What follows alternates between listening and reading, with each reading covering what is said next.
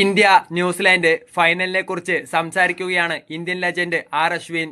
ഒരേ വേദിയിൽ കളിക്കുന്നത് ഇന്ത്യക്ക് അഡ്വാൻറ്റേജ് നൽകുന്നുവെന്നതടക്കമുള്ള വിഷയങ്ങളിൽ അദ്ദേഹം തന്റെ അഭിപ്രായം വ്യക്തമാക്കി. തന്റെ യൂട്യൂബ് ചാനലിൽ പങ്കുവച്ച വീഡിയോയിൽ സംസാരിക്കുകയായിരുന്നു അശ്വിൻ. അദ്ദേഹത്തിന്റെ വാക്കുകൾ ഇങ്ങനെയാണ്: ഹോം അഡ്വാൻറ്റേജ് എന്ന പേരിൽ ഞങ്ങളുടെ ക്യാപ്റ്റനെയും പരിശീലകനെയും ഉന്നമിട്ടുള്ള ചോദ്യങ്ങൾക്ക് മുമ്പിൽ ചിരിക്കാൻ മാത്രമേ സാധിക്കൂ. 2009 ചാമ്പ്യൻസ് ട്രോഫിയിൽ സൗത്ത് ആഫ്രിക്ക ഒരു വേദിയിൽ തന്നെയാണ് എല്ലാ മത്സരങ്ങളും കളിച്ചത്.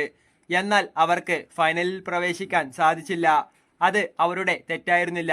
മികച്ച പ്രകടനം കാഴ്ചവെക്കുകയും ടൂർണമെന്റിന്റെ ഫൈനലിൽ പ്രവേശിക്കുകയും ചെയ്തതിൽ ഇന്ത്യ അഭിനന്ദനം അർഹിക്കുന്നു.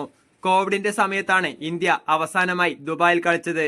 അതിനുശേഷം ന്യൂസിലാൻഡ്, ഇംഗ്ലണ്ട്, സൗത്ത് ആഫ്രിക്ക പോലുള്ള ടീമുകൾ അവിടെയെത്തി കളിച്ചിട്ടുണ്ട് എന്ന് അശ്വിൻ പറഞ്ഞു.